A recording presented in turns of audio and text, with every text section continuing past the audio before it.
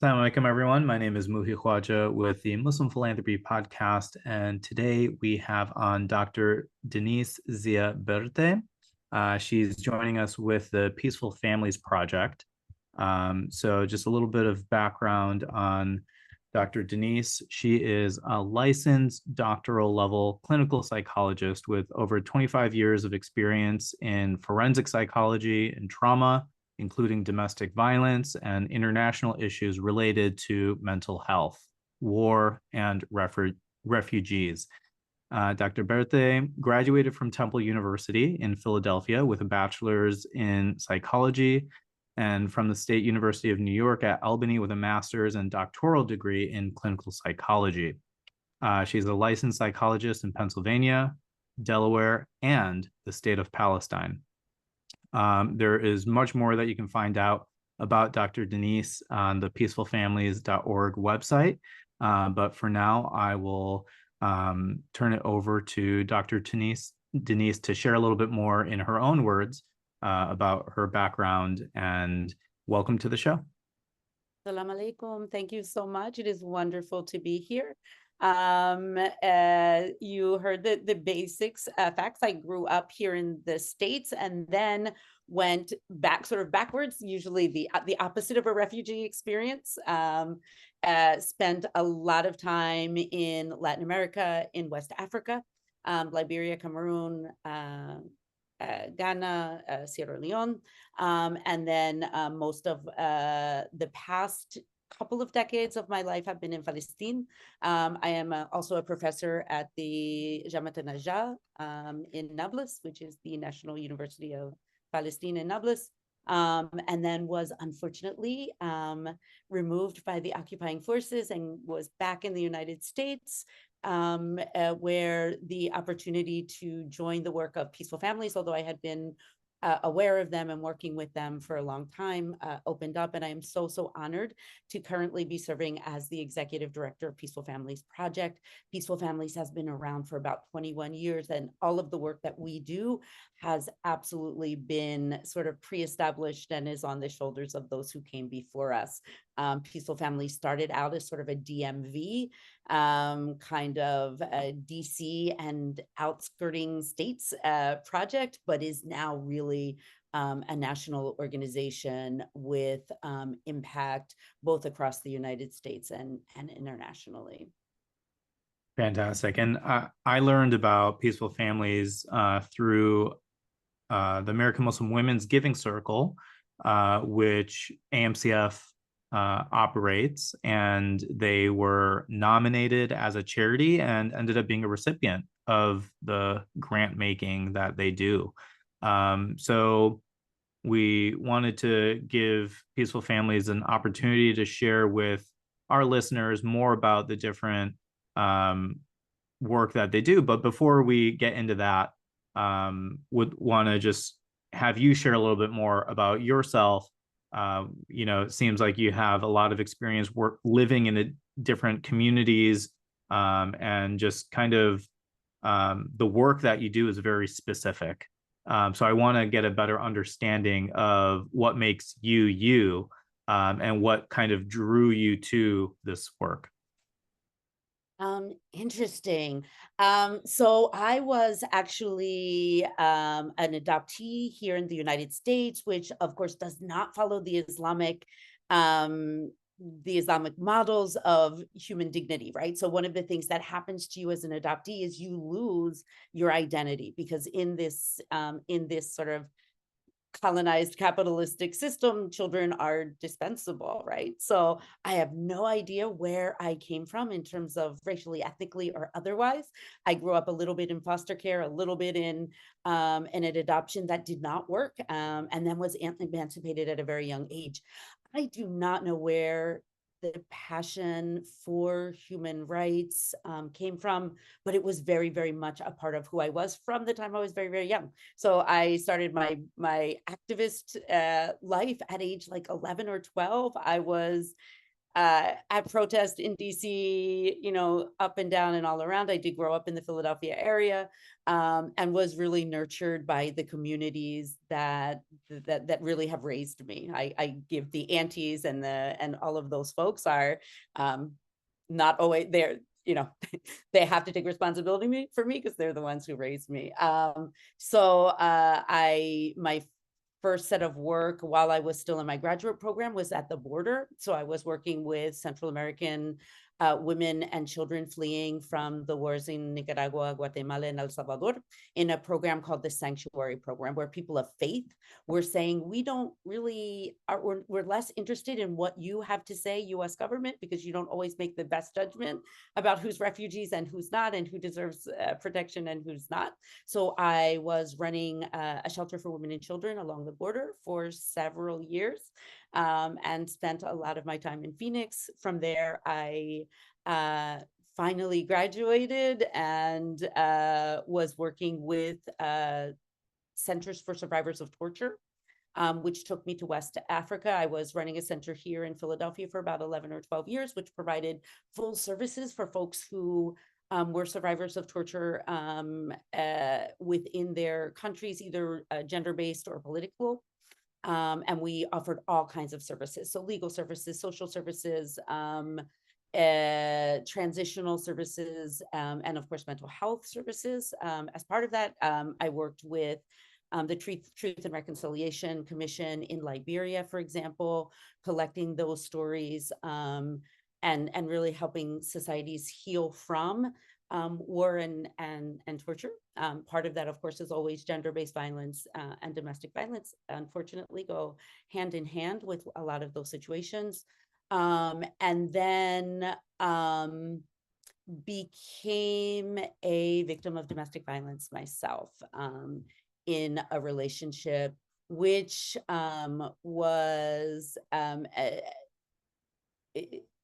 sort of this also confusion within Islam, because it was a Muslim relationship.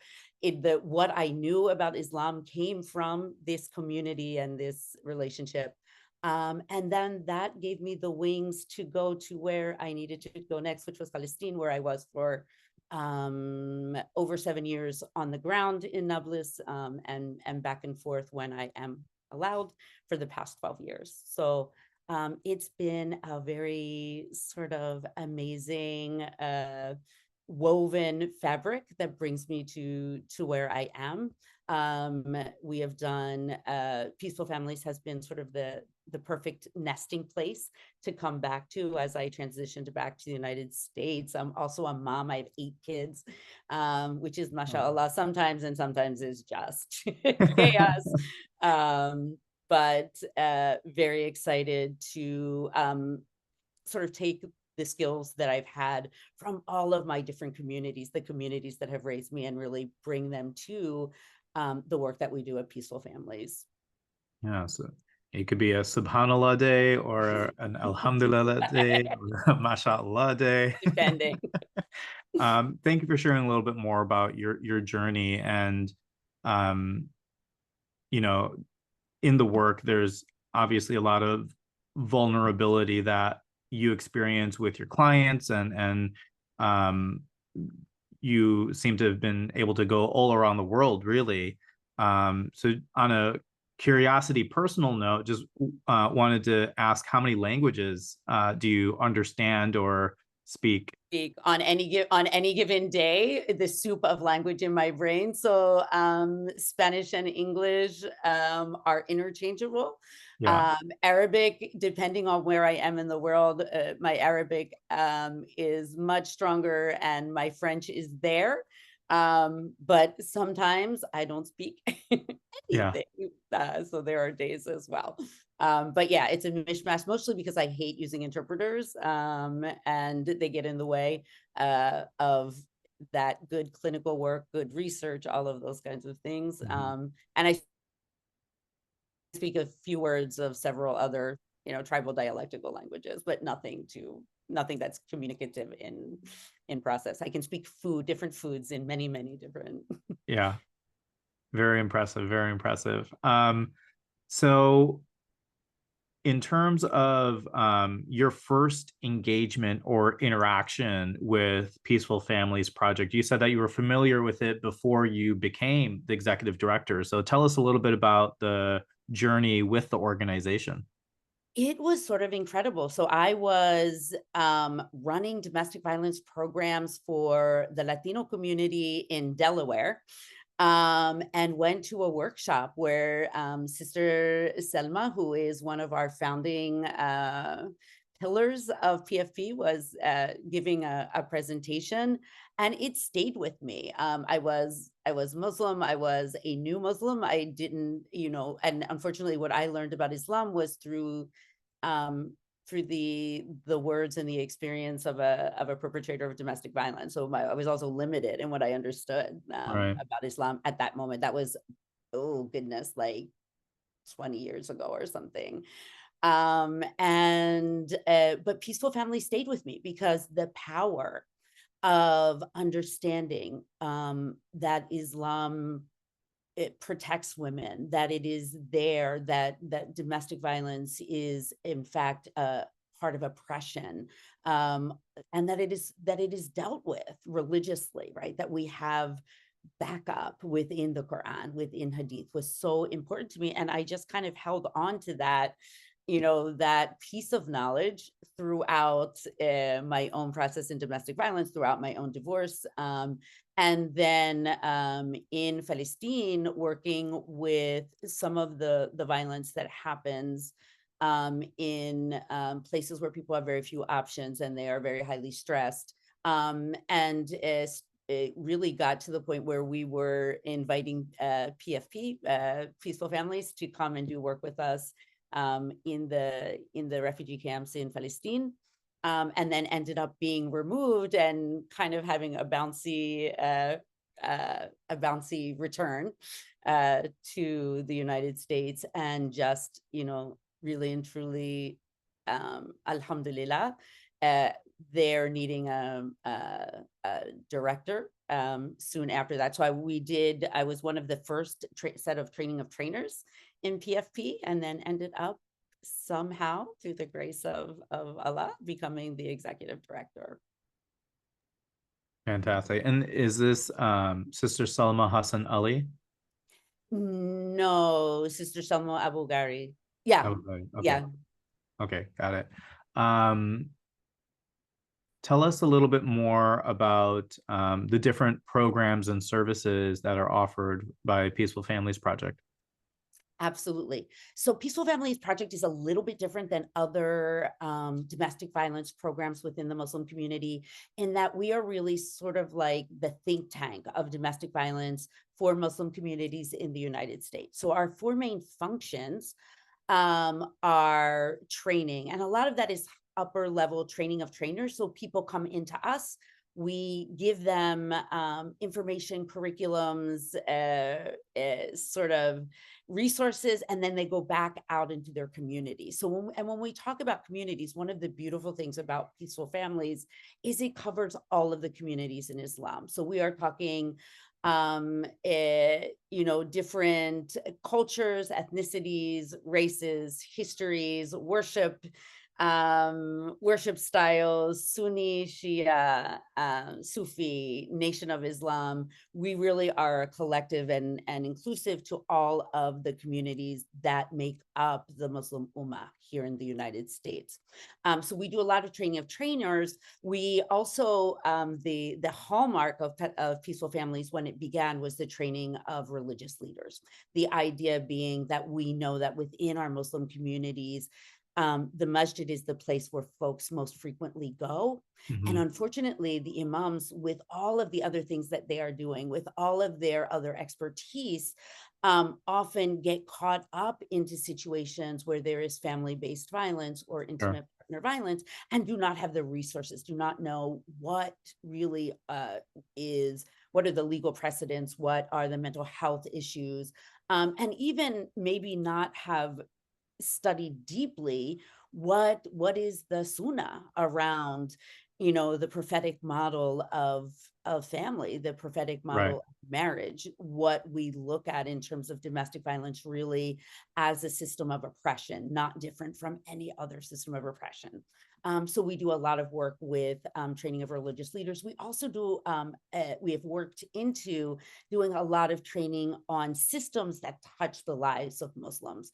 Yeah. So we last year did trainings for all of the family court judges in the state of New Jersey, for example. We have done trainings for the National Refugee Resettlement teams of the Convention of Catholic Bishops, of Lutheran Immigration and Refugee Services, so that we can begin to make systemic changes in terms of the understanding of Islam also within the general community. So one of the biggest trainings we do is something called Mythbusters, Islamic perspectives on gender, marriage, divorce, and domestic violence. Because as you know, there is a lot of misunderstanding within our own community, but certainly within the mainstream community around Absolutely. issues of Islam. Yeah. So we do a lot of training. The second thing that we do is research, which really looks at how do we know what is best practice for our communities. So much of the literature, so much of the treatment programs are done from data that is collected with sort of middle-class Christian white folks and their experience and understanding of domestic violence and family-based violence and what we call courtship coercion, right? The things that happen before you're married. Those things frequently do not work for Muslim communities because our experience is so different. Not different in terms of we have more domestic violence because really the rates of domestic violence are very similar by religion, by race, by all of those things here in the United States. But the conditions, the actuality of what that looks like, the resources that Muslims may have that non-Muslims do not. So we do a lot of research.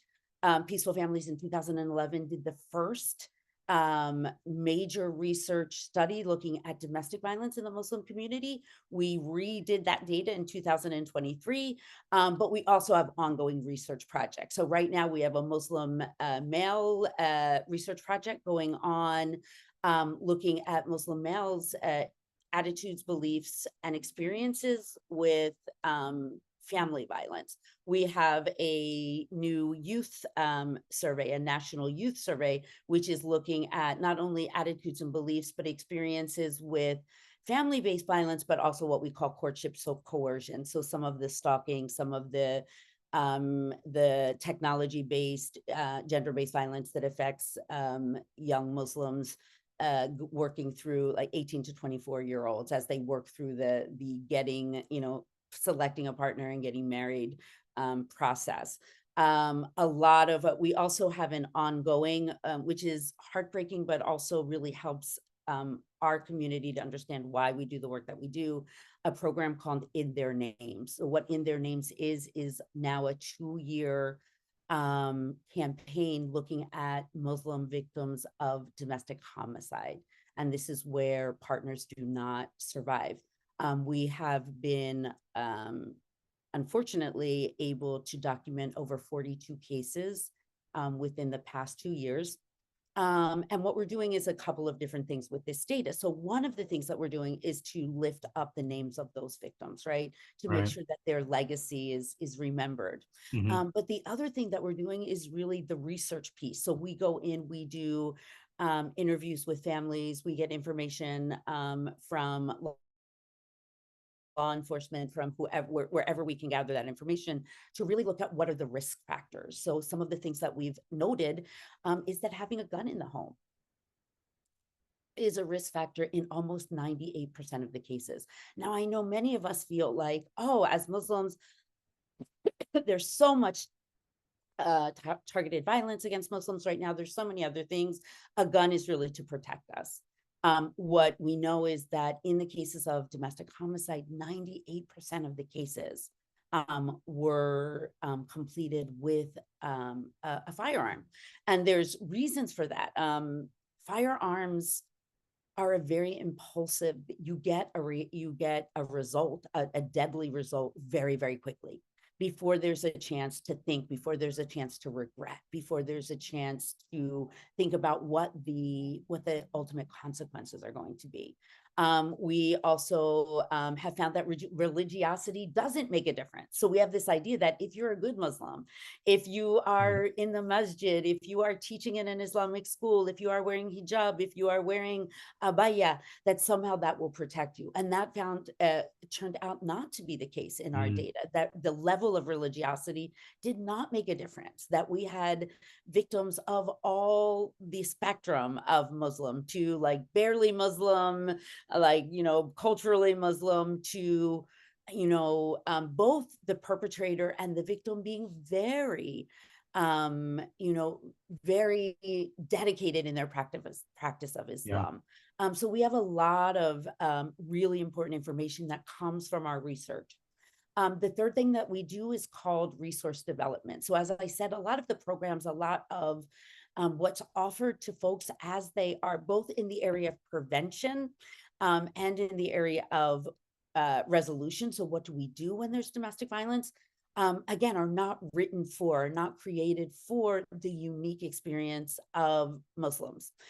So what we have now 5 different curriculums looking at different touch points of the Muslim experience and domestic violence. So we, the last, I'll start with the last because it goes backwards in terms of chronology, is we have programs looking at peaceful parents. So we know that the best way to bring up strong Muslims in that prophetic path is to treat them with love, respect, and discipline, but not humiliation and violence from the moment that they're born.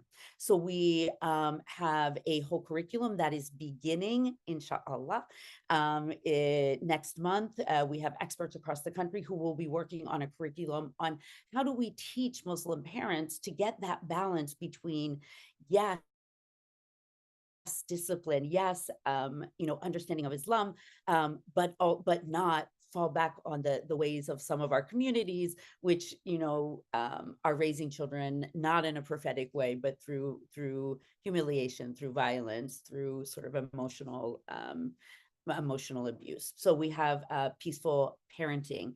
The second sort of set of resources we have are called Peaceful Futures, and that has to do with folks from middle school up until university age. And we actually have a curriculum called Peaceful Futures, which looks at Muslim identity, right? Which looks at how is being Muslim in a non-Muslim place? What do Muslim relationships look like? And how are they different from non-Muslim relationships? It talks about, the changes through adolescence. It talks about mental health. It talks about substance abuse. It talks about what we should be looking at in relationships, and to not confuse what we may see culturally, what we may see in our own families from what is the ideal that is given to us through Islam. The other piece that Peaceful Futures curriculum has in it is cyber citizenship. So many of our relationships for our young people, and that's a curriculum that has a module for middle school, high school, and university age. So much of the interaction of young people and their early relationships are through digital means in these days, and there's a lot of knowledge. There is a lot of practicality that they need to know on how to manage those relationships online. What we found is this is one of the curriculums that is most loved by both the trainers and college age. We work a lot with MSAs. We have a whole nother set of curriculum working with MSAs where people have said, nobody talked to me about this. The only information I got about these kinds of things were from my school, and that didn't necessarily coordinate with what I was being taught as a Muslim. So this is a way that we can really bring that narrative to Muslim young people. And as I said, we're also working with what's called this idea of courtship coercion. This came to us from college campuses to ourselves, where young people, generally women, were coming to us and say, I can't go to MSA anymore because there's this guy. And yes, I started talking to him, but he didn't take no as an answer. And now he's threatening to ruin my reputation. And he's threatening to go to my parents. And young people feeling like, I can't go to my parents. I can't go to my masjid, because they're then going to say, how did you get into this? And we've had blame game. people lose their privileges of, they're no longer, the parents will take away internet, right? Or they will take away their education. They will say, okay, well, the college campus is not for you.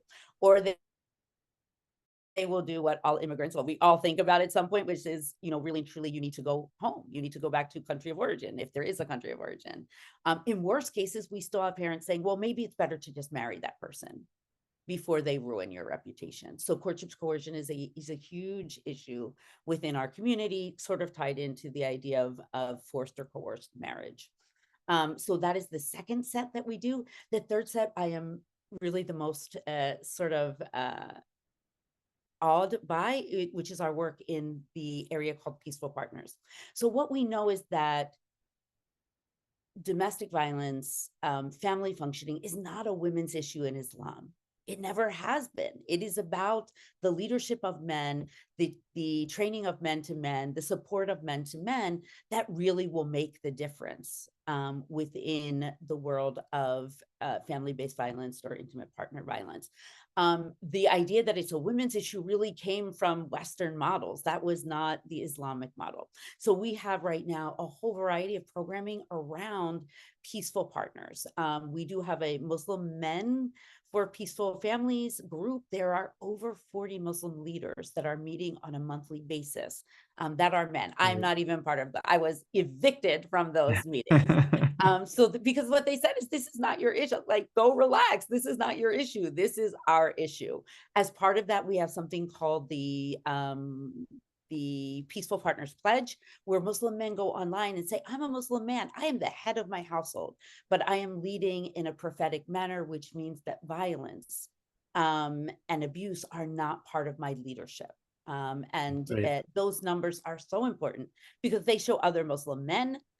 They show the outside community, but they also show victims who are being told this is part of Islam, that it is not part of everyone's Islam, right? It is not part of the core. Add me to that list. I need to be yes, an advocate. go online. Definitely, we will invite you to those meetings. The third thing that we now have, so the Muslim Men for Peaceful Families meet on an annual basis.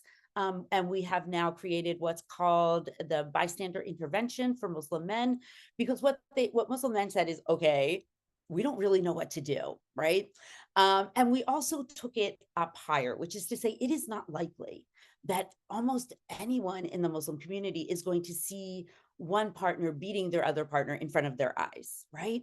It's so much deeper than that. So one of the things that we did was to really look at oppression and what that means. So we have now, there is what's called a power and control wheel that has been used forever in domestic violence. And it kind of breaks down this idea that domestic violence is not just hitting somebody. There are all of these multiple ways of control. There's financial, there's emotional, there's a restriction of movement. Well, during the most recent conflict in Gaza, what we realized is oppression looks the same. Oppressive systems are the same if we take them globally, within communities, and then within houses. So one of the things that we were able to do is to come up with a full power and control wheel that looks at global oppression. And that's very helpful for working with our male leaders, because they get that, right? They're very used to thinking about, this is oppression, this is bad. What do we do as Muslims? We stop it with our hand, we stop it with our mouth, we hold in our hearts that it is oppression. They're very clear about that. Then we go down to community oppression. So what's happening when there are victims of gender-based violence or domestic violence in our communities? How are they silenced? How are they not dealt with? How do we not talk about this as a general issues within our masjid? And then we go down to that interpersonal space.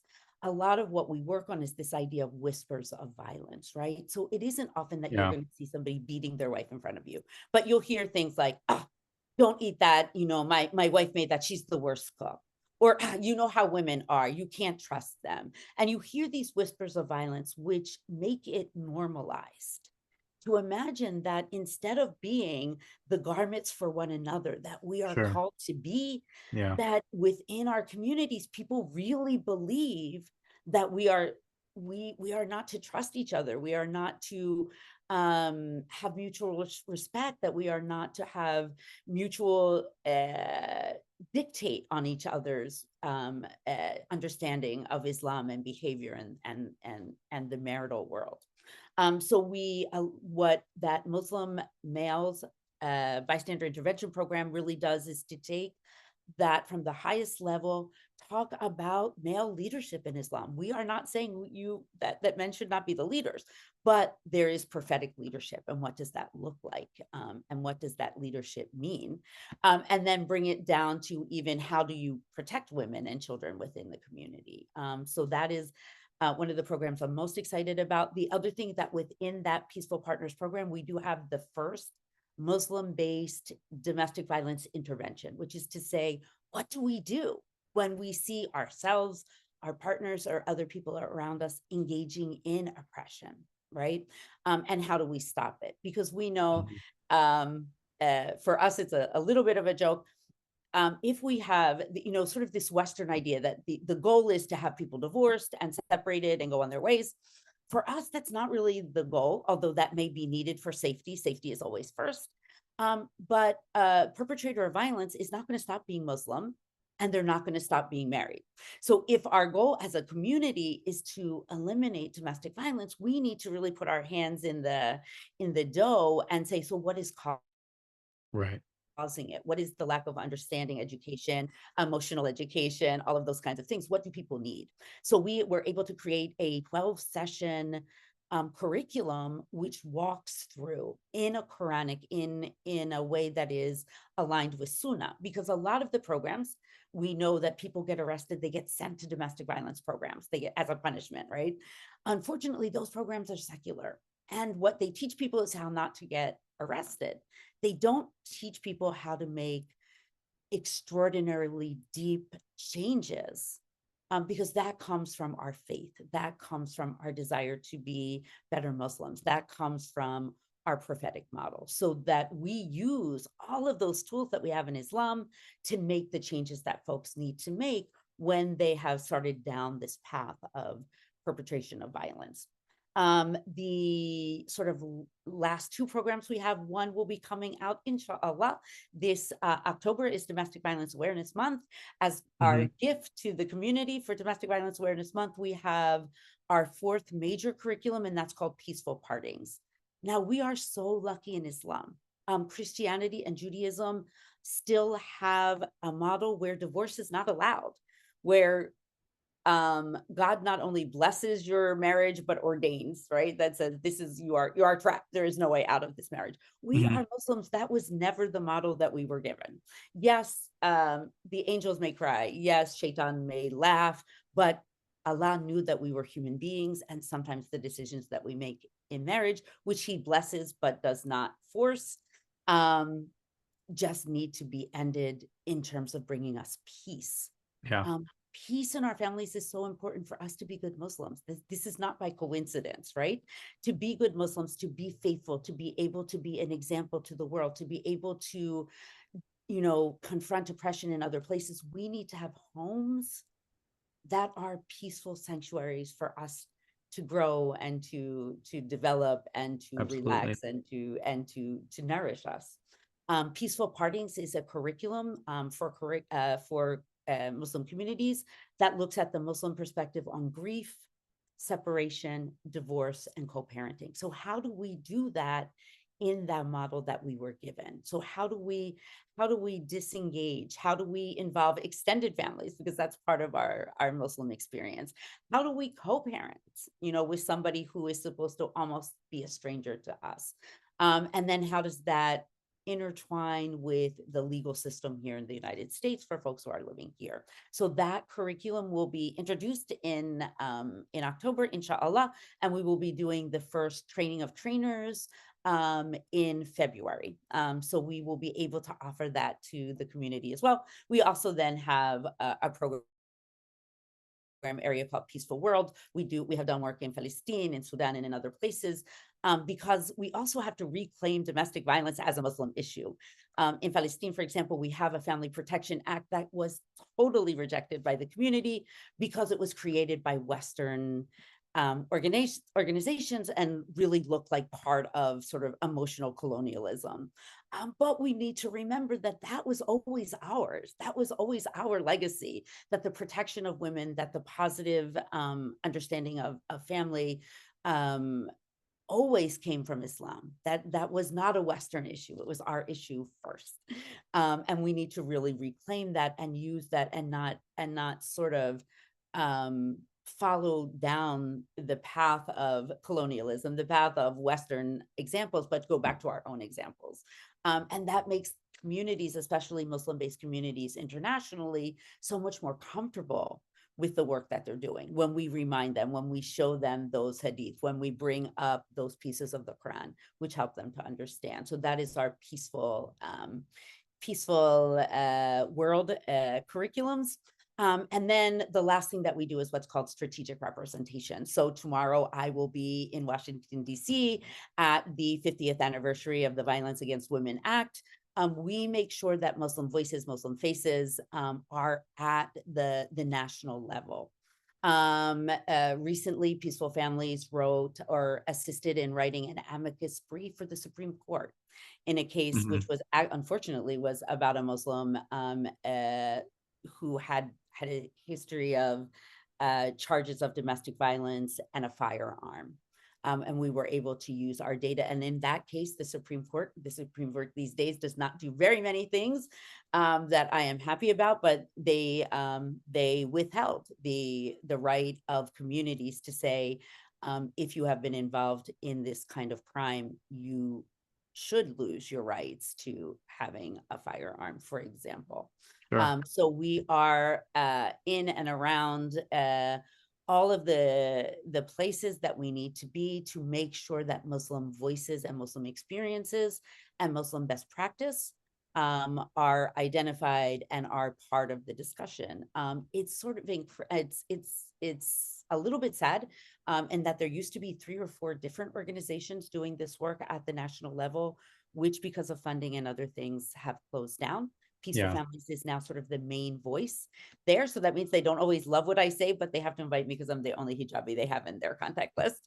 But also talks about and brings us sort of round circle to this idea of funding. So right now, Peaceful Families is 98% funded by Muslim foundations and individuals. We are not eligible for a lot of federal funding because we clearly state we are Muslim, we work with Muslim communities, and we use Islam as our basis for resolution, which makes us ineligible, fair enough, for a lot of secular monies. We have a teeny tiny bit of money where we work as technical assistant in federal programs, helping them to understand what Muslim communities need and what certain culturally specific Muslim communities may need. And it's a difficult thing.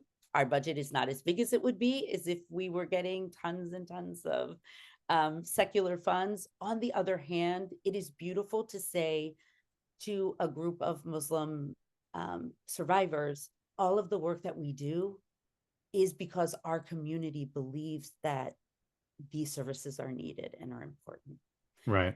Still run into pieces of the community who say domestic violence doesn't exist. You know, all we need is sabr. If you are good, you know, if you are a good Muslim, these things don't happen. We know that not to be true, right? Because we are human, because nobody but Allah is perfect. So the fact that we are Muslim funded and directed makes a big difference in terms of what we can say. So I don't need to try to pretend that I am not Muslim, that we are not coming from a Muslim basis, that we don't use Quran and Hadith in all of our programs, in all of our curriculums. I pity, it's very difficult for folks who are having to make those decisions and not be able to say what they need to say because of their funding sources. Our funding sources is all of you. It is all of the Muslim community. On the other hand, it is not always easy because, of course, that means we have less funding, and why groups like the Giving Circles are so important to us, because they are the place where we can count on, that we can do the work that we do with an open voice, and without the restrictions that secular organizations might put on us. Mm-hmm. Thank you so much for walking us through the programs and services. And, it makes me more humbled and honored to know that AMCF has supported Peaceful Families Project. And I think that the work is absolutely necessary to continue for our community, by our community, to showcase that these issues need to be addressed, simply put. And I'm glad that there is a longstanding organization that is championing and pioneering this area. So truly, just thank you so much for the work that you and your team have been doing and will continue to do. And I hope that all the people who are listening to this find out a little bit more about your work, and can continue to support it, not only through AMCF, but individually as well. Absolutely. I think, and I'll just put this plug in. One of the things that makes it harder for us, and that within our Muslim community we have a lot of like itchiness about, is that it's so much easier to give to charity, right? To give to, I'm giving a bed, I'm giving food. It's so much clear, zakat is so clear. Those are the things that we are called to do. But we also know that that's not all of the work. So if all we're doing is putting out fires, if all we're doing is housing people after they have been victims of domestic violence, or getting them services because they are going through a legal process, then we really lose out the opportunity of advancing Islam. So when I look at the work that we do, for me, it's to create that reputation of Islam in a clear way, that we are speaking Islam, that we are promoting the resolution of Islam, not always in, and I love my shelter people. We sponsor what's called Manavdi, which is the Muslim Advocate Network Against Domestic Violence, 60 Muslim-based providers and services for Muslims across the United States. Those folks are very needed. But my job is to make sure they're not always going to be needed, that we do the hard work, as they say, to find out why the babies are being thrown into the river, right? We're not waiting for victims and saying, well, I can give to, shelters, and I can give food, and I can give all those things, but to really, as Muslims, take responsibility for, let's change the entire system. Let's go down and find out preventative measures, and higher level measures that are not always just based on, feeding the poor, which is necessary, and housing people who need that, but really using Islam as our tool with power, not always reactively. Absolutely. Before we close, I want to give you an opportunity to share any advice for maybe practitioners or people in the space that want to get into nonprofits. What advice do you have to share? It's interesting. I sometimes have young people come to me frequently and be like, you've had this amazing life. You go all over the world. Like, how do we do that? So one of that is to live and work by faith, right? All of us within the nonprofit world have taken pay cuts to do work that is meaningful, have gone into situations where we did not have the budget for the next 5 years planned out, right? Yeah. So one is that a little bit to follow your passion and jump, but with a parachute of training, of knowledge, of humility, of knowing that you don't know, and being willing to learn, and to know that that takes a process, to really find ways to communicate both your passion and the needs of the people you're working with in a way that is accessible, right? So to be able to tell those stories are not always my favorite with domestic violence because we don't want people to regurgitate, but to have data, right? That's where in their names is so important, because we have data on 42 people who have lost their lives, and we have their stories, and they don't have to suffer in telling their stories, but that we communicate our needs. And then the faith in our community that, you know, we are giving people an opportunity to be a part of something bigger, which is really important to them, you know, that we are doing them a favor by offering opportunities to give. And I really believe that. It is a way that we share our work and our baraka for doing the work that we do with the entirety of the community. May Allah continue to put more barakah in your time and your efforts for your organization. Thank you so much for sharing your wisdom and expertise with us today, Dr. Denise. Thank you for the opportunity. Thank you for the history of giving. And thank you to all of the folks out there who are working to make their communities a better place for the whole Ummah. I mean, I encourage everybody to look more into Peaceful Families Project, and you can find out more about AMCF and our podcast at muslimcf.org/pod. Thank you so much for being on today. Assalam. Salam.